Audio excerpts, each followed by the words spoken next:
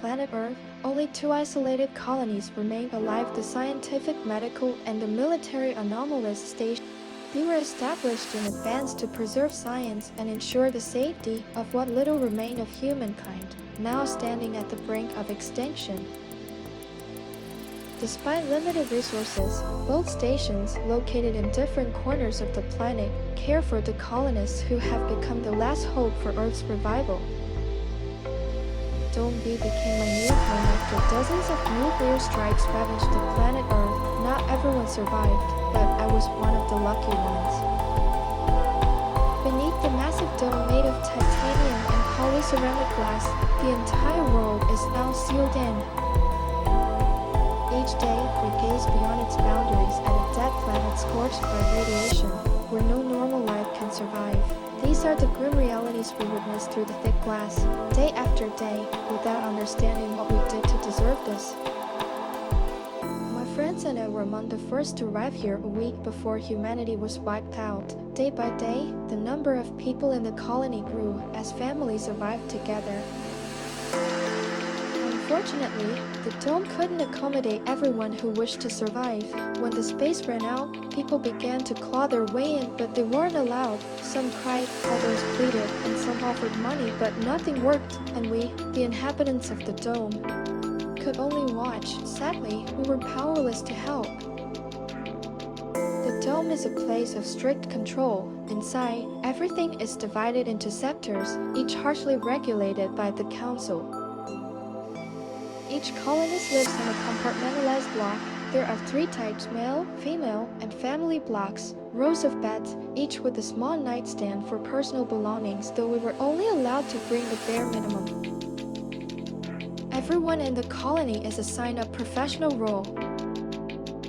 Scientists analyze the surrounding world, study the effects of isolation on humans, and search for ways to restore the Earth and eventually leave the dome. Medics oversee the health of the colonists and monitor any changes. Agritechs responsible for food cultivation. Purifiers maintain air and water filtration and handle food processing. All other support staff handle food production, cleaning, construction, and childcare. I remember that day, the day of the strike, every single day.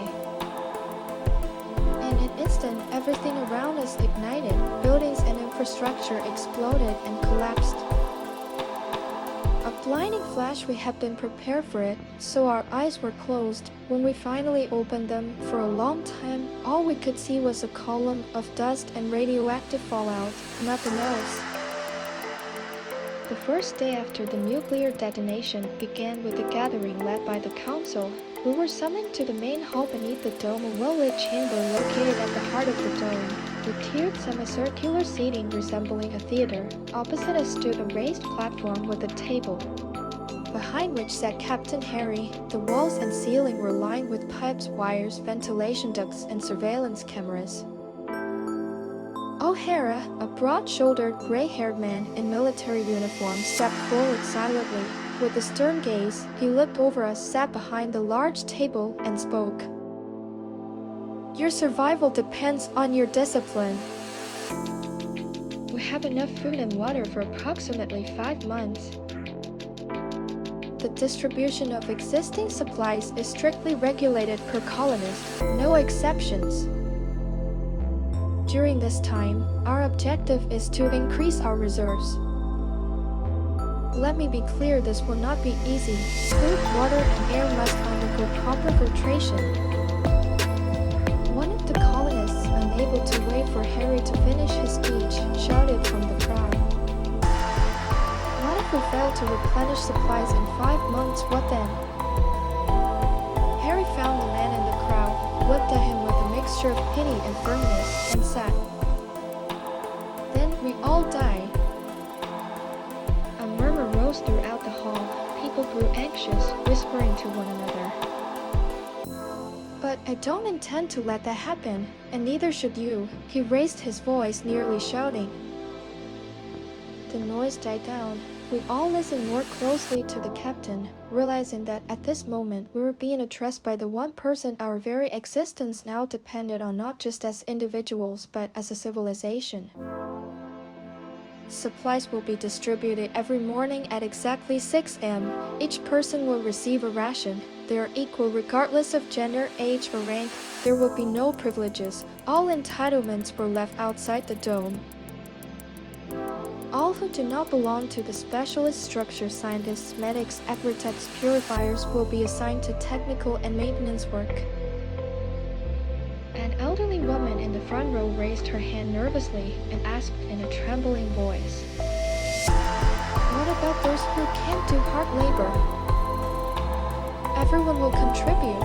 There's work for everyone in the dome. If you can't perform physical tasks, you'll supervise the children in the daycare center while their parents work." I repeat, every morning at 6 a.m. ration distribution and roll call. At 7 a.m. daily assignments are issued. 5 p.m. the workday ends, you have free time and rest. At 9 p.m. everyone must be in their capsules. Whether you like it or not, you must follow the rules. The survival of each of you in this colony depends on it.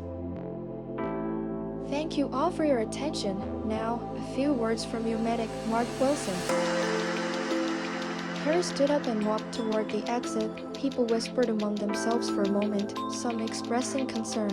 I slowly made my way to the podium.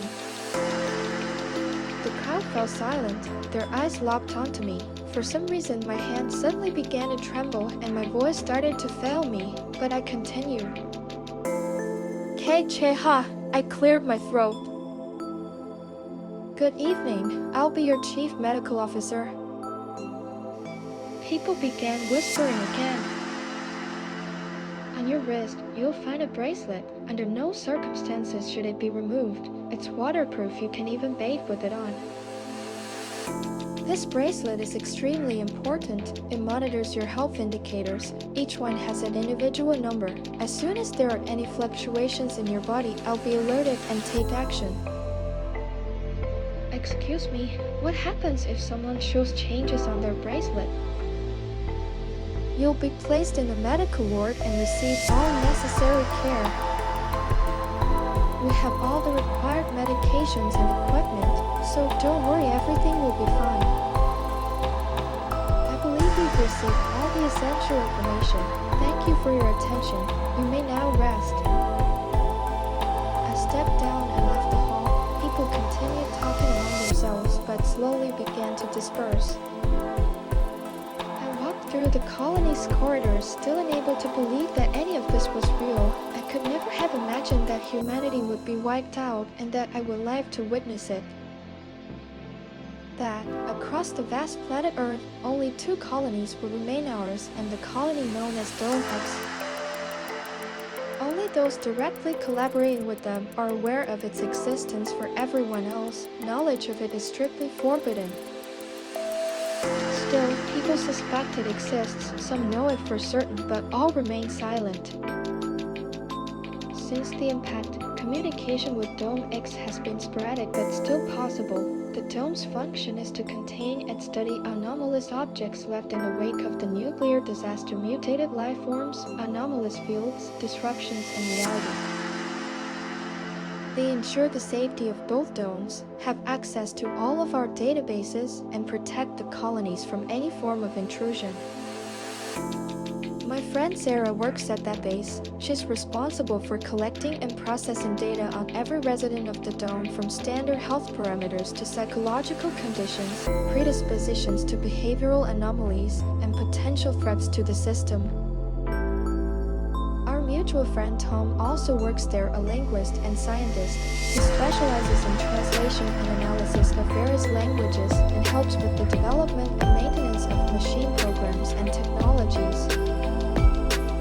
The last time I spoke with Sarah was before the explosion.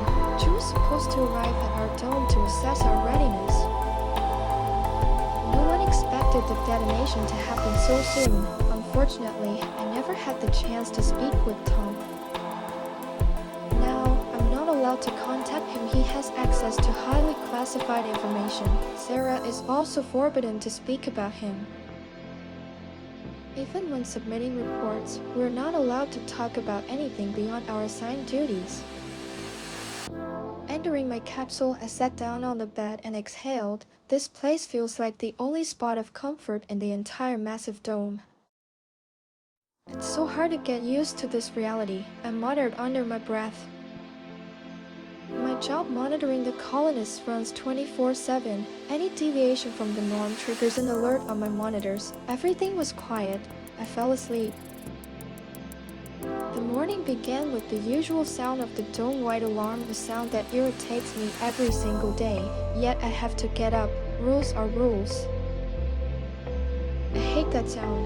How I wish I could go back to my old life. I grumbled to myself, pounding my fists on the bed in frustration beneath the blanket. I got up, put on my standard medical uniform, and headed toward the main hall. They were already waiting for us with rations. We lined up in several queues, no pushing, no rushing. Everyone silently received their package and water. The line moved slowly, but we'd grown used to that. After getting my ration, I went straight to work. I walked quickly toward the medical sector. As I neared it, I could already catch the faint scent of disinfectant and ozone, a sign that the morning sterilization had been completed.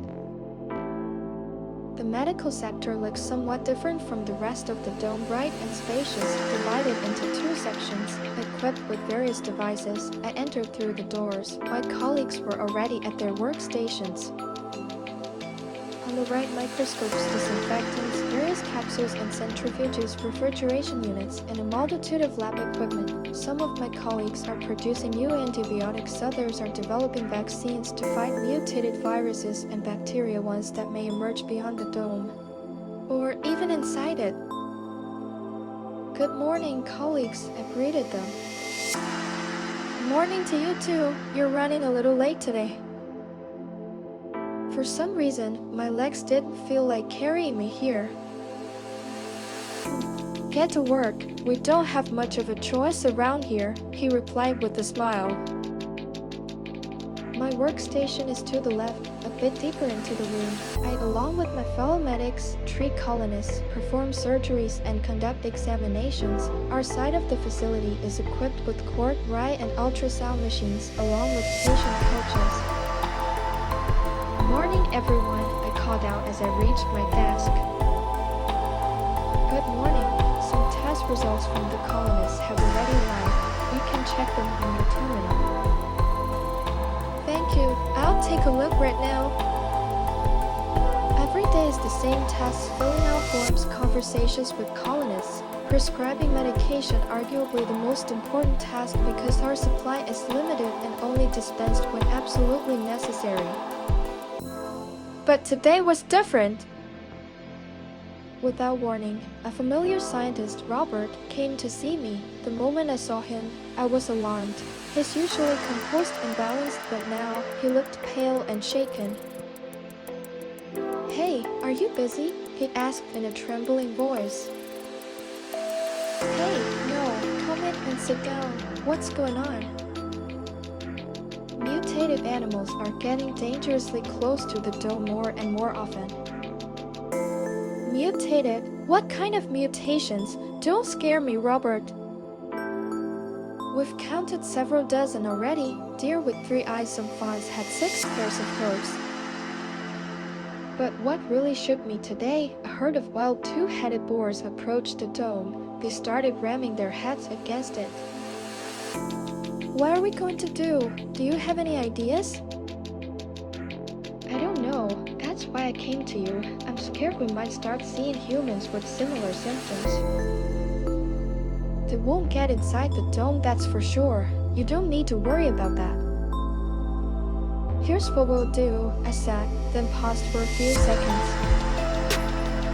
Write a report. I'll bring it to the captain and send a copy to Dome X. They'll know what to do. He nodded, standing up. I hope we get this under control quickly, he added, heading for the door. It's going to be fine, but don't share this information for now. We don't need unnecessary panic. Robert nodded and left. I was left alone, wondering what to do next. I stared at the monitor as its screen dimmed, then made a note in my journal. I must contact Dome X, I muttered to myself while writing. A few minutes later, a horn sounded, the signal that it was time for rest. Everyone was expected to return to their capsules. I was luckier than most. I had my own small space, small but private, just me and the monitors that track body temperature, breathing, emotional state, and even dreams of other people. I walked slowly to my capsule, hoping to fall asleep quickly and that the monitors would stay silent all night. Entering my new home, I checked once again to make sure all the sensors were stable, then lay down to sleep. Sleep took me so quickly it felt as if someone had just switched me off. I never thought I could fall asleep that deeply. The next day began as usual. We received our ration packs, listened to the council, and everyone went off to their assigned duties, just like always, but not for me. I had a different task today. Sitting at a desk, his back to the camera, he's reviewing a report on the computer. Robert had written his report on the anomalous animals clear and professional. I reviewed the document on my terminal. My task was to deliver it to Captain Harry. The thought alone made my chest tighten. The idea of stepping into his capsule made me nervous. He's more machine than man, stern and intimidating, with a gaze that pierces straight through you. Maybe these creatures are nothing serious, I murmured while reading the report. There was no more time for reflection. I set out for the captain's office, walking through the narrow corridors leading to the command section. The corridor was silent. It felt like even the air filters feared him, and the dim lighting only made things more unsettling. Stopping in front of the door, I took a deep breath. There was no other choice. Protocol had to be followed. It would be worse if I didn't report it, and there was cause for concern. I held my bracelet up to the door. With a soft hiss, it opened. I stepped into Captain Harry's office. He was staring at a monitor, not even glancing at me. Several seconds passed in silence before he finally addressed me. I hope this is serious. Everyone's been barging in today with nonsense. Sorry, sir. Yes, I believe this is serious. Well then, don't just stand there, sit down. Thank you, I said, sitting in a chair across from him. We've had sightings of mutated animals. Their behavior is concerning. Do you have a report?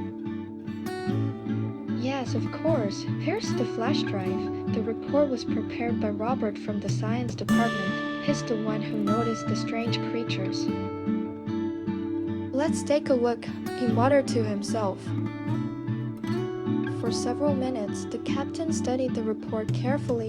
His expression was stone cold, his eyes scanning the monitor. From time to time, his brows furrowed. What can I say? Good job bringing this to me. Something like this cannot be ignored. Send the report to Domex. They'll know what to do. Understood. I'll take care of it right away. May I be dismissed? Of course. You're free to go. Thank you, I said, heading for the door. Returning to my workstation, I immediately sent the report to Dome X with a request for assistance. The rest of the day passed quickly. I didn't even notice when the signal sounded to head to rest. As soon as I entered my capsule, I didn't even have time to change when a call came through from Dome X. It was from my best friend, Sarah, and how painful it is that neither of us is allowed to speak like ordinary people anymore. Only business, only duty.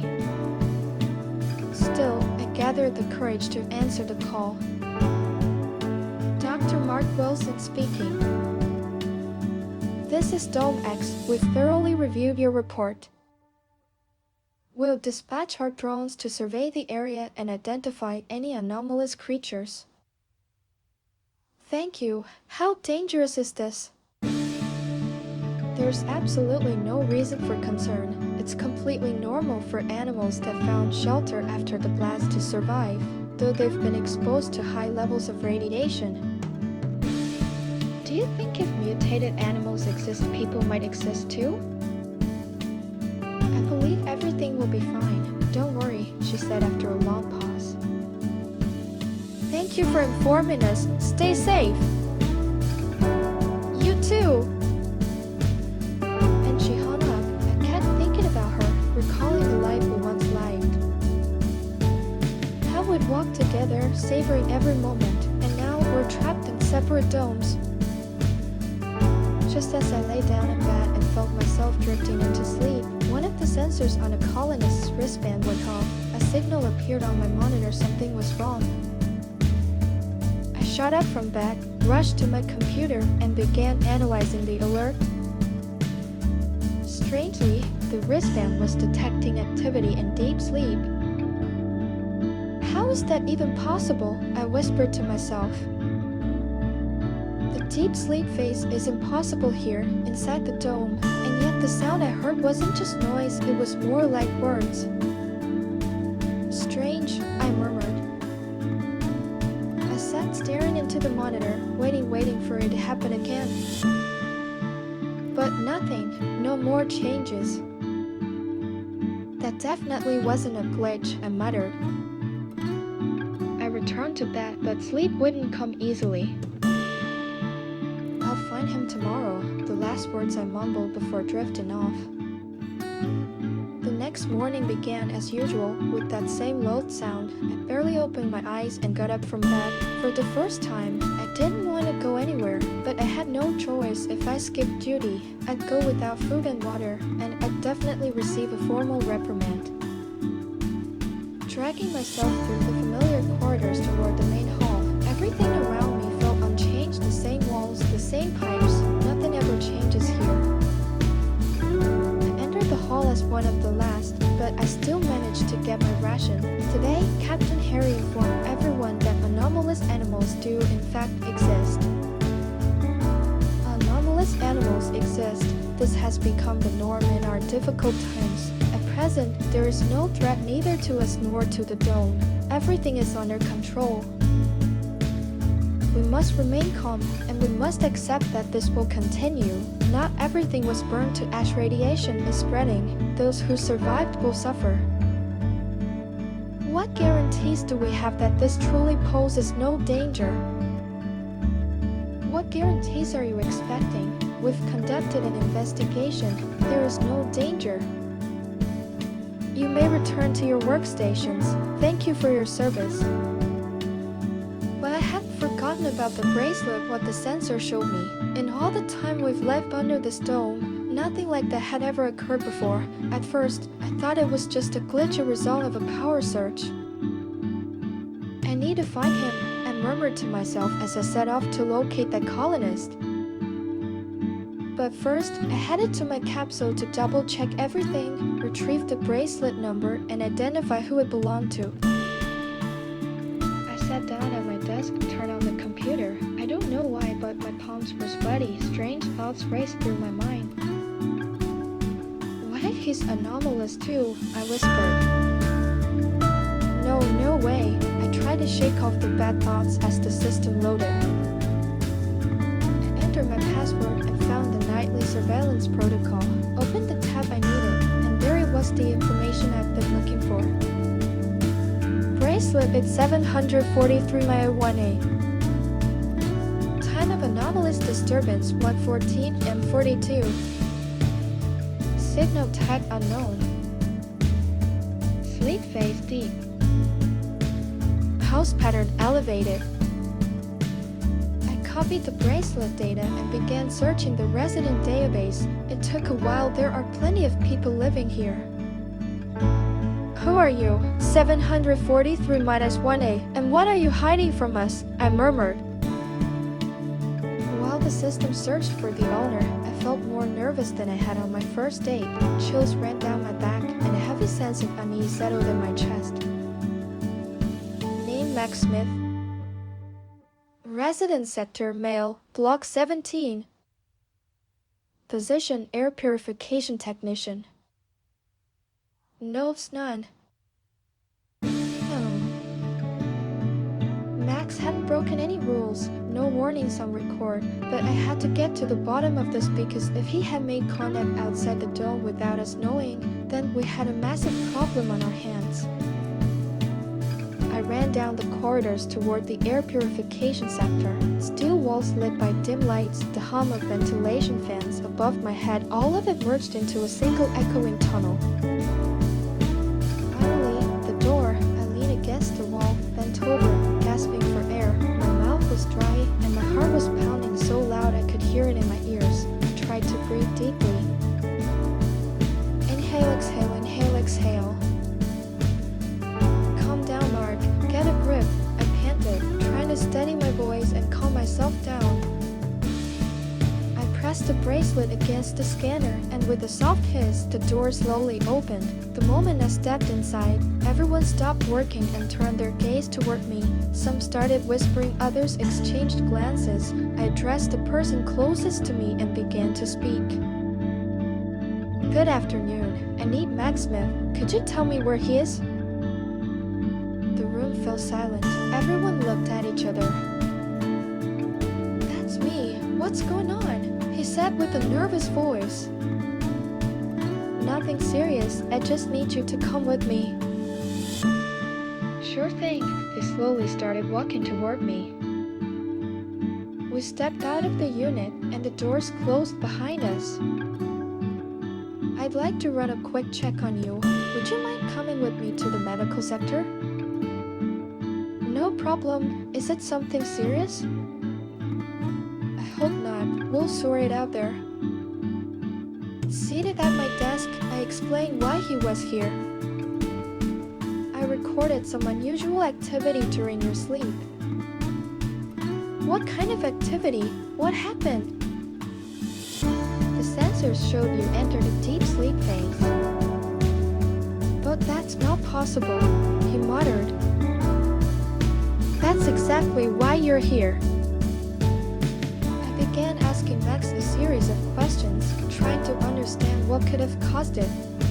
Are you experiencing anything unusual physically or mentally? No, everything feels normal. Having trouble falling asleep? Or maybe the opposite? Lately I've been really exhausted. My partner broke his arm and he's here with you. They gave me his responsibilities in the meantime, so yeah, I fall asleep pretty fast. Let's run some tests then. If necessary, of course. I ran him through every scanner, took multiple tests. Everything came back normal, no abnormalities. You're all clear. You can go back to work. But if you feel anything out of the ordinary, please let me know immediately. Even after all the tests and research, something gnawed at me. I knew things like this couldn't be ignored, so a little hesitant, I decided to inform Captain Harry, hoping that he, as always, would explain everything with a logical reason. I hoped he'd calm me down so I could get back to work without this weight on my chest. All the way there, I thought about how to present this to him. We're strictly forbidden from disturbing him over trivial things. But this isn't trivial, this could be a disaster, I murmured to myself.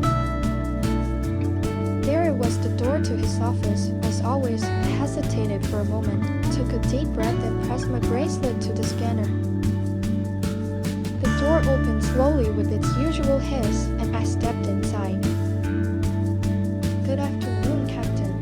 Apologies for disturbing you again, but something's happened. I'm not even sure how to explain it. You got a report? Of course, here. I quickly stepped toward his desk and handed him the flash drive. Sit down. Don't just hover over me. I sat down and nervously fidgeted with my sweaty fingers. After a few minutes, he finally looked up at me. I didn't like the expression on his face at all. This is no longer a joke, he said with a troubled voice. For the third night now, I keep having the same nightmare. What exactly do you dream about, Captain? I can't make out what it is. but it repeats every time the same thing. What does it sound like? Sounds or maybe a language, something like that. That's the same as in Mac's dream. I think we need to figure this out as soon as possible. I don't believe in mysticism, Mark, but what's happening goes beyond the usual. Either it's changes in us and the dome or in reality itself. Captain, do you think these dreams are contagious or infectious? I don't know, but our task here as mine is to get to the bottom of this quickly. For now, don't spread this information publicly. We'll keep monitoring. May I be dismissed? Yes, go ahead. Let me know if it happens again. I added as I left the room. You do the same if this happens to anyone else. Several months later. Several months passed, no new manifestations, neither in dreams nor in waking consciousness. The dome continued its usual routine, everything monotonous and on schedule. And to be honest, I allowed myself to forget about those dreams and the fact that something could go wrong. The dome functioned, supplies were replenished, everything was going according to plan. Maybe we really exaggerated. Maybe it was just glitches, stress, that drastically changed reality, the confined space. Everyone started a new life, and so people's nervous systems malfunctioned. Max told someone in the dome about our conversation. I don't know why he did it, fear, confusion, or simply couldn't keep it to himself. I don't know, but rumors spread quickly here. The news spread like a virus, and everyone panicked. But Captain Harry handled it quickly. He gathered everyone in the main hall, stepped in front of the colonists, calm, collected, confident. His voice was even, a bit dry, as always. Everything is under control. These were just minor system glitches. We're already working on fixing them. And everyone believed him. Even I believed it for a second. Everyone dispersed and I also headed back to my capsule. As usual, I checked everything. All sensors stable, everything under control. I laid down and fell asleep. Woke up in a cold sweat from sound signaling something was wrong again. Damn, not again, I muttered and quickly jumped out of bed. Someone's sensor was blinking again. This can't be happening, I muttered.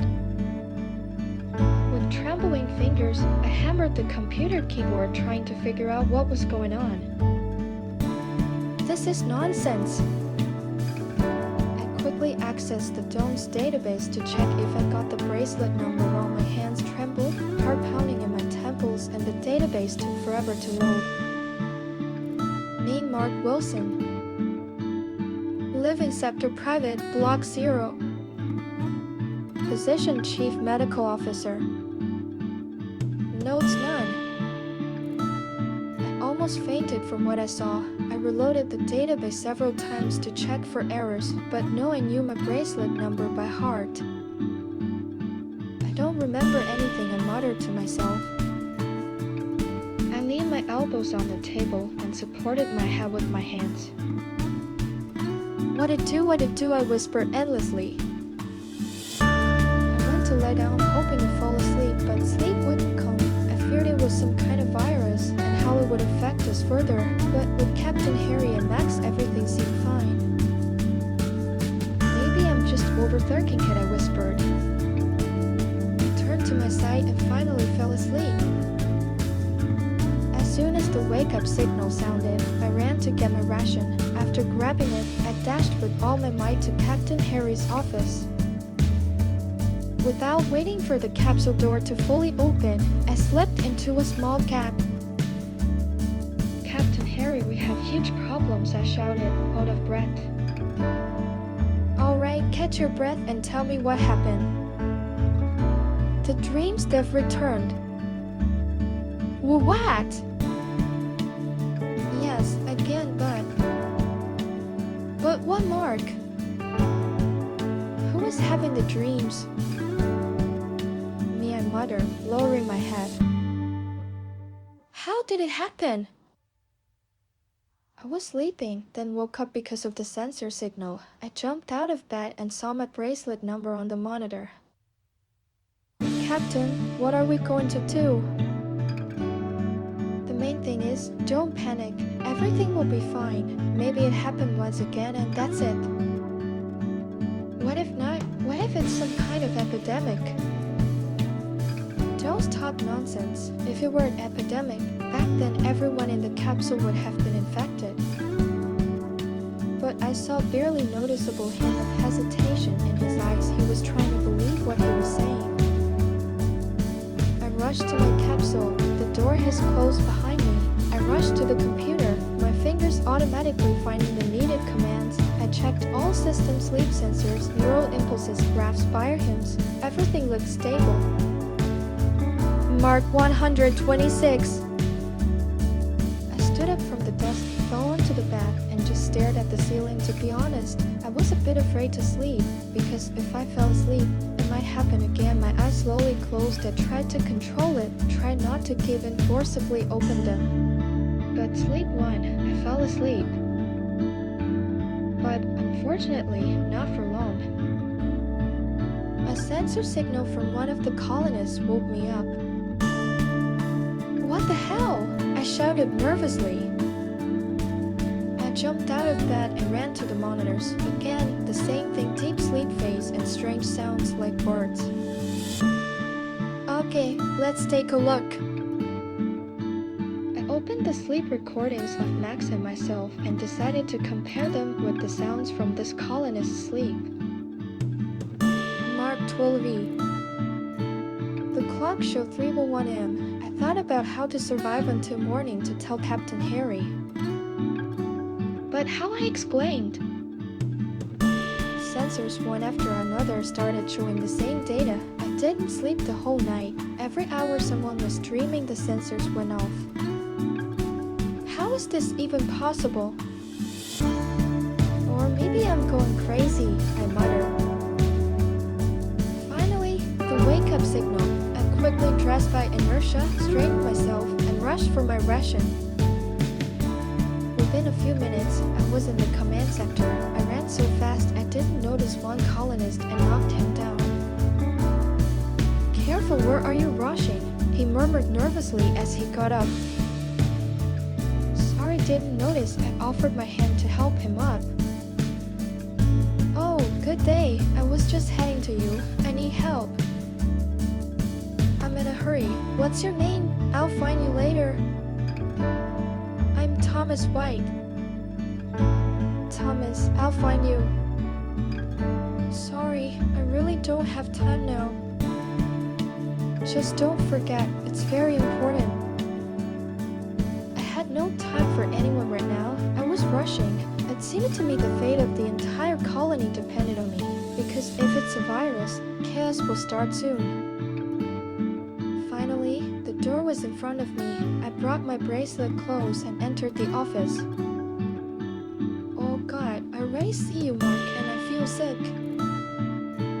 There were 7 incidents overnight. 7 different colonists entered the deep sleep phase and heard the same thing. Call Dome X immediately, prepare report, and call the experts, have them fly out. Understood, I'm running. I turned and ran out without waiting. I didn't feel the ground beneath my feet inside. Fear was boiling, and for the first time in a long while, a real premonition of disaster. I ran to my room. I had no desire to go to the workplace because I would have to explain what's happening to colleagues. I didn't want to answer extra questions and those random glances sitting like a target. But in my capsule it was safer. No extra ears here. The door locked tightly behind me. A lone silence and thoughts. What to do? I whispered endlessly. I sat down at the monitors. Thoughts fluttered in my head like moths around a lamp. I was used to everything being under control in the dome, and now not knowing what's happening scared me. I gathered my thoughts and started writing the report. In an hour, it was fully ready, clear. I described in detail everything that happened, the Captain's dreams, Max's dreams, my own dreams, and the 7 other colonists. I dialed Dome X. Dome X, good day. Hello, this is Dome V speaking, Chief Medical Officer Mark Wilson. I want to speak with Sarah Davis. Dome X, please wait. Connecting. While the phone was ringing, 1,000 thoughts ran through my head. Time dragged like eternity. Sarah Davis speaking. Good day, Sarah. I sent you a report. Please review it. We have problems. One moment. Opening the report. After a few minutes of silence while she read the report, my heart started pounding out of my chest. Maybe because I hadn't heard from my best friend for a long time, or maybe because I was afraid to hear bad news about our situation in the home, but I was barely managing my emotions. Yes, the situation is serious. What should we do? Does this happen only at night? Yes, only when the person reaches the deep sleep phase. But that's impossible. Yes, impossible. You're right. But it happens, and only then colonists hear those sounds. Does anyone remember what happens in that dream? We haven't yet checked the new colonists who saw those dreams. But previously, no one remembered the dreams except Captain Harry. He remembers hearing strange sounds. Those dreams were like nightmares for him. We will send experts to you. Your task is to collect data on every colonist who saw the dreams. We will need to conduct interrogations to gather information. Thank you. Expect us. Without waiting, I went into the database and began making a list of everyone who saw the dreams. Bracelet after bracelet, I checked and wrote down each one. On my screen, data about one of those colonists appeared. Name Thomas White. Living sector male, block 7. Position technical worker. No, it's not. A very familiar name, I muttered. I leaned back in the chair, closed my eyes, and began trying to remember who this could be. I thought until suddenly I remembered that in the command sector corridor, I had knocked down a young man. Exactly, he asked me to find him. Entering the technical core, I began looking around. In every person, I tried to find the same Thomas. But within a few minutes, he ran up to me himself. You came. I was already thinking you forgot about me. No, I didn't forget, sorry. I was very busy. What's going on with you? Let's not talk here. Let's go to my place. I invited Thomas to sit at my desk. I already knew what he wanted to tell me, but I decided not to rush and to listen carefully to what exactly he would decide to say. I was curious whether he would tell me himself or hide the information. Thomas 174. Go on, I'm listening carefully. I don't even know how to tell this, and will you believe me? I will believe everything you say, don't worry. I had a dream. I fell asleep as usual, then suddenly I heard strange sounds, some unknown language to me. What's happening to me? He said in an anxious voice. Don't worry, everything will be fine. We'll figure it out. Experts will arrive soon, then we'll decide what to do about this. The day the experts from Dome X arrived. A loud hum passes over the dome. Through the glass structure, a small black aircraft bearing Dome X logo can be seen landing. The conditions outside the dome are harsh nuclear dust still lingers. They're all wearing great protective suits, their faces completely obscured by special masks. They move confidently, back straight, approaching the dome step by step. At the dome's entrance, There is a special decontamination and disinfection chamber, which every person entering must go through. The process lasts at least 15 minutes. I went through it too, even before the nuclear blast. Everything inside the dome was sterile. Commander Harry and I came out to greet the experts. Those 15 minutes of decontamination felt like an eternity. My palms were sweating, cold sweat trickled down my back, and my heart pounded wildly like a drum, judging by the look on the captain's face. He was quite seriously nervous too. The dome, central chamber, a meeting of experts. Captain Harry and Mark with their backs to the camera. In front of them were Sarah and Tom. When the dome doors opened, I couldn't believe my eyes. My friends Sarah and Tom stepped inside. An overwhelming joy filled me, but I tried not to show it. I didn't know if I should, but perhaps it was already obvious by the look in my eyes just as it was in theirs. We silently headed to the command sector, to Captain Harry's office. He walked ahead, and we followed behind. Sarah, almost imperceptibly, as if by accident, gently took my hand for a moment. She smiled faintly, then let go immediately.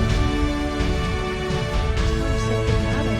He didn't say a word, but it was enough. In that moment, their presence wanted to show the fact that these people remain my closest friends even now, even under these conditions. I couldn't take my eyes off them as we walked. It was hard to hold back a smile. I couldn't believe they were really here, real, and for the first time, this corridor didn't seem frightening. On the contrary, I wished it would never end. I wanted this moment to last as long as possible. We approached the door to Captain Harry's office. He stopped, held out his bracelet, and the door began to open automatically. "Please come in," he said without turning to face us. His voice was focused and slightly tense. We silently crossed the threshold of the office. The atmosphere was stifling. The air felt heavy, even though it had been filtered several times. It didn't help there still wasn't enough oxygen or clarity to understand what was going on.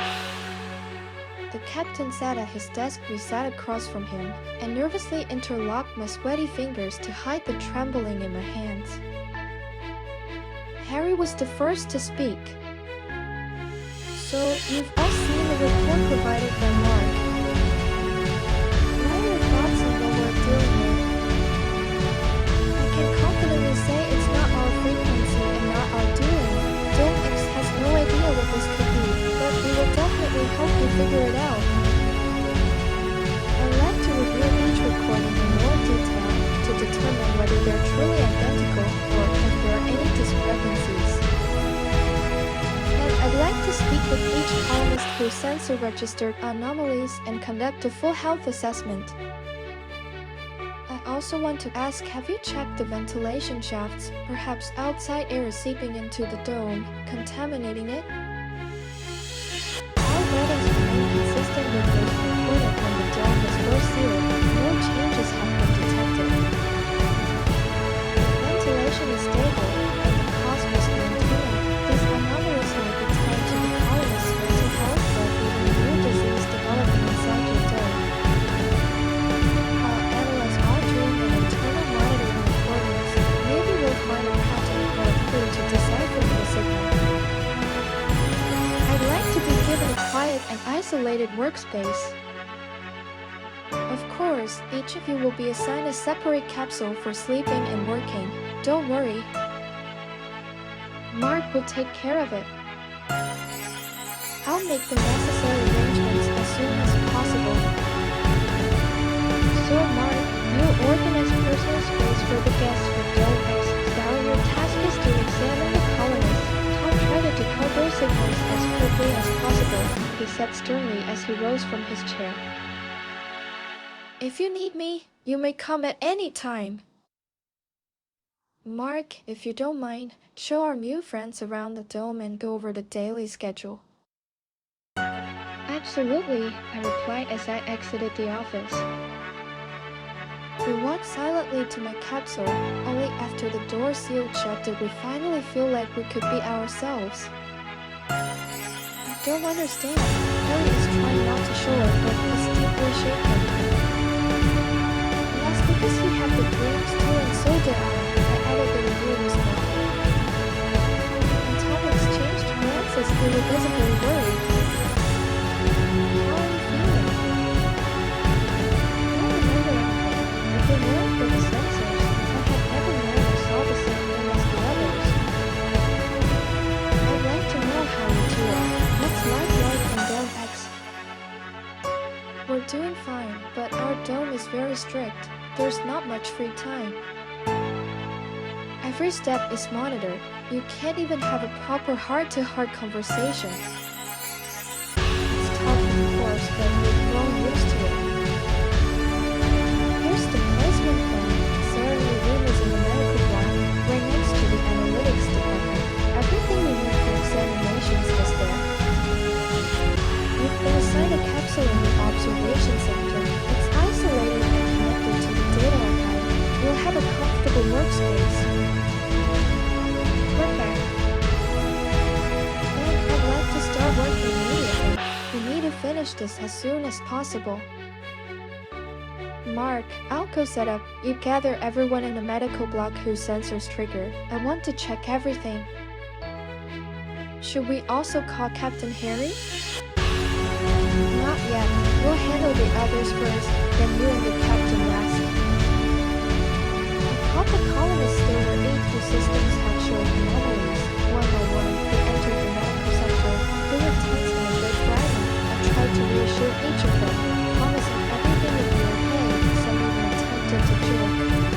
The others, however, barely heard me, standing anxious, fidgeting with their fingers. Sarah, not fighting.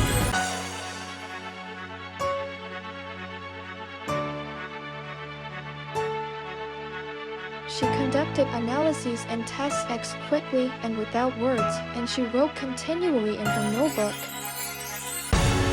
No unnecessary emotion crossed her face, but I saw that she noticed everything, every nervous twitch, every gaze cast down, every pause in her voice. She wasn't just recording physiological data, she was reading his people like an open book, trying to understand what was happening.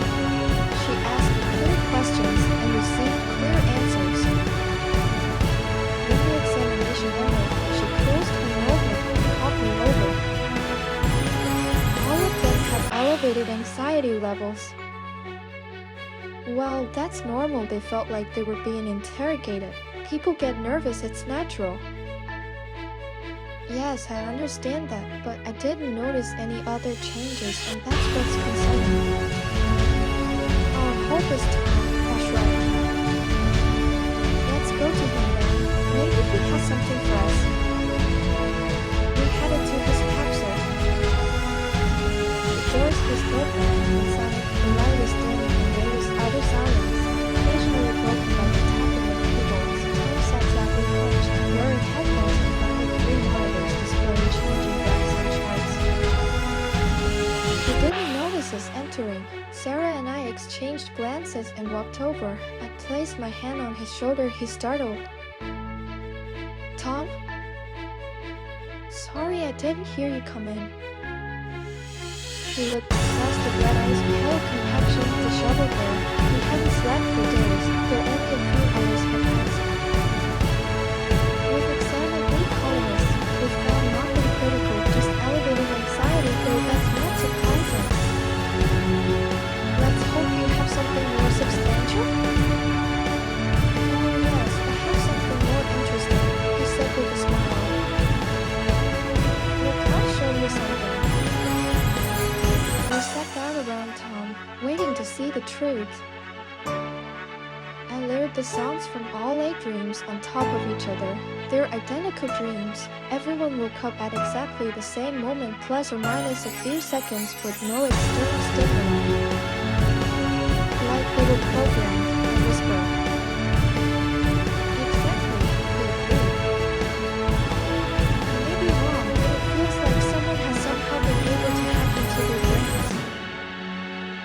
And into yours too, she said almost in a whisper, fear in her voice as she looked at me. I felt a chill run down my spine. Sarah also turned pale. For a few seconds, we all remained silent, as if trying to process the information, especially me. Are you okay? She laid a hand on my shoulder. Knowing someone can enter your consciousness without permission, it's unnerving. I've also tried to decipher what the sounds actually are. I'm almost 100 sure it's language, but which one? How do you plan to figure it out? I'll get to the bottom of it. Just give me a little time. Do you have the report? Yes, of course. We'll go take it to the captain for now. And you'll have time to sort things on your end too, she said as we headed for the door. Okay. We walked quickly, step by step, the air filters humming around us. Sarah walked beside me, her voice soft as she tried to reassure me just like she used to. Don't worry, we'll figure this out. These are just our initial hypotheses. It's okay, don't worry, I'm fine. But I lied, I was far from fine. Those stupid thoughts wouldn't leave me. I'm afraid I might hurt someone, or in fact my friends or another colonist. In front of us were the captain's doors. They slid open, and I entered first, confidently. Sarah followed. I realized how often I'd been here. I was no longer afraid of this place. My hands no longer trembled or sweated like before. Captain Harry, not looking away from the monitor, spoke any updates? Yes, please review these two reports. Here are the results of our analysis. But we won't wait for you to finish reviewing them. We'll head back. Maybe Tom has more updates for us. We turned and headed back to Tom's catch-up. Tom remained seated, focused on the computer. I approached him, placing my hands on his shoulders. Any news? Yes, there is, but it may sound strange. We're listening. Nothing could surprise us anymore. I converted the signal into the spectral domain. I got this. On the screen appears text 11,857 minus 43 on 45,839. I've tried everything ancient languages, algorithms. I even tried translating into various modern languages, hoping it makes it clear but no luck. But what I discovered afterward will definitely surprise you. Speak, don't hold back. Most of it appears to be coordinates of something. How are you going to figure out what exactly? Sit down. Let's check now. I've been waiting, wanted to do this together. Tom opened a navigation display, typed quickly, checked, symbols flickered, and lines changed at lightning speed. He was entering search queries, comparing coordinates, so fast I couldn't even read what was on screen. He was fully immersed. On was the signature, then he murmured, deeply engrossed. We wanted to ask what he was doing, yet we were afraid to breathe, lest we break his concentration. Sarah, seated beside me, partly blinked. The unreal silence was broken by the sound of the capsule door opening. Captain Harry stepped in. What's going on here? I can't wait any longer, he asked, approaching. Shav, I put a finger to my lips. The captain walked over and silently watched what unfolded. On the screen appeared some kind of route. We all exchanged glances. Only Tom didn't take his eyes off the screen. We all stopped moving. Unreal silence hung in the capsule. There, that's it, he explained loudly, and we all jumped. What is it? He asked, surprised. Tom was silent. He looked at the screen for a few more seconds, then took a deep breath. Well, don't stay quiet, she finally urged.